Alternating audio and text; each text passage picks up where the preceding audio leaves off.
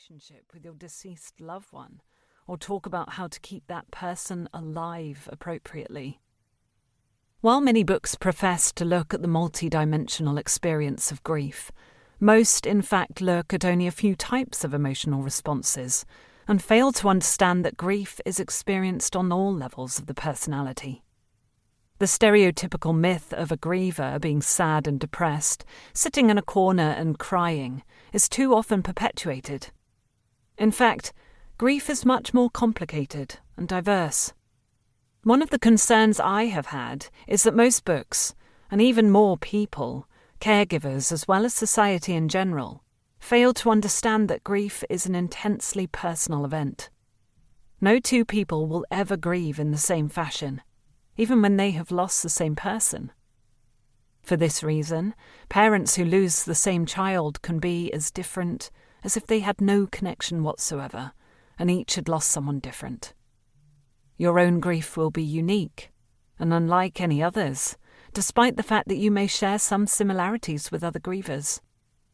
Different losses impact upon us in various ways and leave us with diverse needs. The loss of a spouse is not like the loss of a parent. The loss of a friend is not like the loss of a child. Each places its own demands upon you. It is unfair for others to treat you with expectations for one bereavement when you have suffered another. While there are some similarities among loss experiences, there also are major differences that must be taken into account, not only by others who are concerned about or caring for you, but by you yourself. It is dangerous not to look at the unique dilemmas posed by specific types of losses. What a bereaved parent needs in order to cope with the death of a child will necessarily differ from the needs of a young father of 3 children whose wife dies, which again will be different from what an aged widow will need. But people have been dying forever. Why is grief so hard now? 100 years ago, you would not have needed to read this book. As compared with today, the typical American family of that time had strong social and emotional ties.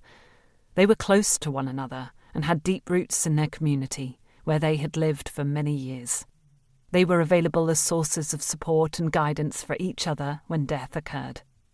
Families lived with relatives and took care of the ill and elderly. Children grew up seeing death as a natural part of existence. They were familiar with death in nature. They saw it in the animals around them and the land on which they lived. More important, they saw family members die and observed how others coped with grief and mourning. When deaths did occur, often there were strong religious beliefs that helped families cope. Rituals and ceremonies provided support and gave the family direction about how to be bereaved. All of this gave the bereaved person some meaning, security, predictability, and control. Social, technological, and medical changes in the last 100 years have left Americans poorly equipped to deal with death and the social and emotional changes it brings. You and I have fewer people we are close to who can help us cope with our grief. We are less familiar with death, since it happens chiefly to the ill and elderly, whom we tend to put in hospitals or nursing homes. We are less familiar with death in nature because we tend to live in cities. In addition, we have fewer resources to utilize in coping with our bereavement, since there has been a decline in religious beliefs and a move away from funerals and other rituals that had acted as therapeutic outlets for our grief. We have fewer models to observe after the death because we are a more mobile society and tend not to live with our extended families.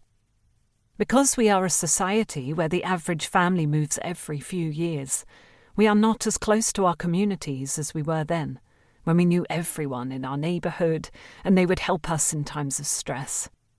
Now we tend to deal with our bereavements in a more isolated fashion. Medical advancements have changed the types and courses of illnesses we die from. No longer do our loved ones develop an illness and then die immediately. Now there are extended illnesses in which those we love can die over a period of months or years. And these kinds of deaths bring their own special problems and stresses. Today there are issues concerning the role of money in medical care and how it is decided who will reap the benefits of such things as